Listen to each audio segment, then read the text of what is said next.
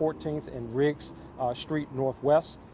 Members responded to that area responded to the shooting scene within about 5 seconds after hearing the shots, where they located 2 individuals suffering from non-life-threatening gunshot wounds. It appears at this time that at least one of those individuals was the target of the shooting. The other individual is possibly an innocent bystander. Those individuals are recovering right now from an area hospital. They're recovering from their wounds and being treated at area hospitals.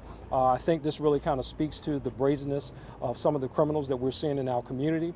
Just prior to this shooting, members of the Metropolitan Police Department recovered a firearm just blocks away from here in the 1100 block of S Street. They recovered another firearm in the 14th and Irving Street. And we're just seeing a proliferation of firearms in our communities. We've recovered over 1,100 illegal firearms off the streets of the District of Columbia so far this year. That's on pace of where we were same time last year. We're asking for the public's help. If anyone has videos or anyone has information, to call us at 202-727-9099 or 50411. You can text us anonymously. You can also send videos to press at mpd@dc.gov. You can send videos to that, and we will be able to view any videos. We believe that there were a lot of people in the area when this occurred. We have a video that we will be releasing to the public immediately following this, as well as still images of our suspects and the vehicle that was involved in the shooting. Chief, do you believe that either of the 2 men shot were bystanders, or do you think they were part of some kind of altercation? It appears that at least one person was targeted and the other person may be an innocent bystander. Again, this is very, very, very preliminary information. Can you identify which one was a target and which one was a bystander?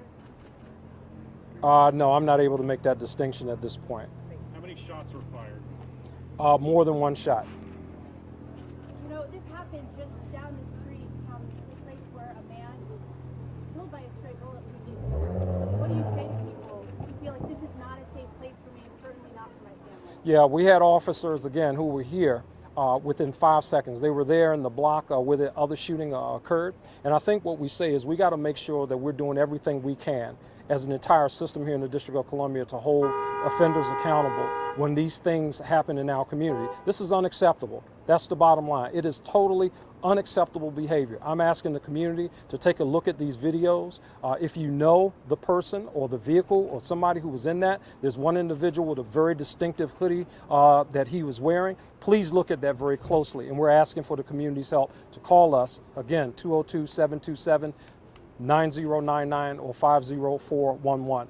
There's reward money from Crime Solvers as well as MPD that will be offered for anyone who provides information that results in the arrest and prosecution in this case. Any other questions? You know, police they were so close. They were right here when it happened, and I know that was in another case as well, and it shows how brazen people are. They can see officers, they'll still start shooting, and police can't stop it. And I think, again, it goes back to that safety element, that even when people see police, you can't necessarily feel like someone's not going to get shot or you're not going to get shot. Well, ma'am, I can tell you this. We'll find the individuals and we'll hold them accountable. And that's what we have to do as an entire city. When it comes to people who are not afraid to use guns in our community, there has to be a measure of accountability there. We have to make sure that these individuals are prosecuted to the fullest extent of the law. Right now, and as you know, we're coming out of this COVID environment. We need to get our court system back open. There are individuals out here on our street who we know are violent felons, and we need to make sure that these individuals are being held accountable for their actions that they commit in our community. It makes the community unsafe, it makes our police officers unsafe, and that is totally unacceptable. Chief Contee, it has been nearly a week since the 6-year-old murder, followed by the shooting near Nats Park. You changed some tactics, but any plan to make more improvements to the tactics? Yeah, we will certainly assess that, and with respect to those cases, we are making progress in both of those cases. I am hopeful that we will continue to do that and hopefully bring those cases to closure soon. Well, we'll go back, we'll assess our tactics, what we're doing right now. As you know, the mayor has directed the police department to make all officers available to do what we need to do to ensure that our residents of the city and our visitors to the city, that they feel safe. With so many different agencies in the area, are you calling in any help from federal agencies? We saw Secret Service police cars here, FBI. Yeah, we're working very closely with our federal partners. As you may know, we stood up our new NIBIN investigations unit that focuses in on shootings. That's a collaborative partnership between the Metropolitan Police Department, the ATF, as well as our United States Attorney's Office. So again, we have the resources that we need, and we also just need to make sure that we're holding these violent criminals accountable when they are brought into custody. And what are you concerned about some of the rhetoric surrounding policing right now and that making it harder for your officers to do their jobs and making it easier for criminals to feel like they can do something like this? Yeah, sure. There's a lot of rhetoric around the issue. I mean, that's a national issue, but we're not going to accept that as an excuse. We're going to go out here. We're going to continue to do our jobs. We have a job to do, and that is to make sure that our communities are safe, and that falls on the shoulders of the Metropolitan Police Department. We have to do our jobs. I'm asking, again, as we go through and we reassess what we're doing, that everyone that's part of our justice system reassess what they're doing, the laws that are being made, the actions that are happening in court. Are we all doing what we need to do to ensure that communities are safe? I can assure you that the Metropolitan Police Department, we're making those assessments daily. We're making changes daily. I wonder if everyone else within our system are doing the same. Mayor, what would you say to citizens who are scared and outraged by this violence? Well, I'm outraged. The chief is outraged, and the community should be outraged. And I have to reiterate what the chief has said. And to answer our earlier question, we certainly are working with our federal partners. I think you know that the ATF has committed resources to the district, actually outside the district, to prevent the trafficking of guns in our city.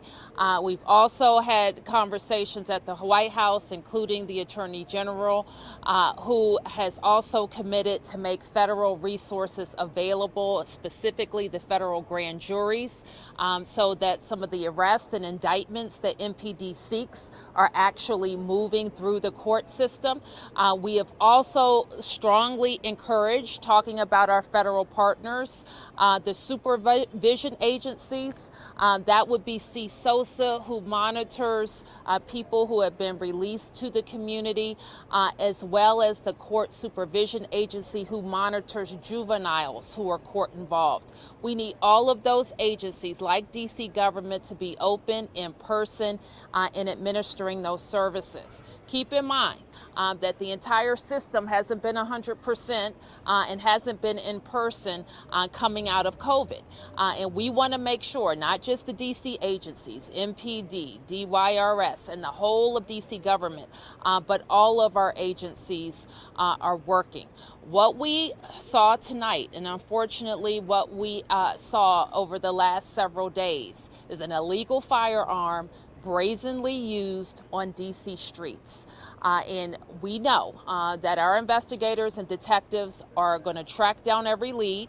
Our citizens have already been helpful in supplying leads, video, and anything else that they saw, so that we can get these individuals off the street and hold them accountable. The last plea that I'll make to our residents is we need to get to them before they use their gun. And we have a plethora of programs and services, even for people who are criminally involved, to come in and get help from us. We're asking their family members who know that they have a gun in their home, they're involved in some criminal activity, they're involved in some beef, to reach out before they use that gun, because it can destroy the lives of so many people when that gun is used indiscriminately on our streets. What do you say to the public members of the public that are concerned that until the court system is back up and running, that this will keep happening? I say to them that we have to press on everything that we know about stopping crime right now. It won't be one single thing. And I say to them to just what I'll repeat what I said. We need to get to people before they use their guns. That's how we prevent it. And if we can't prevent it, we're going to make sure that we hold people accountable for this. But I can assure every resident, and not just MPD, but all of DC government will be doing, checking everything that we're doing to make sure that we're addressing it as best and as fast as we can to stop the shooting. Thank you, everybody.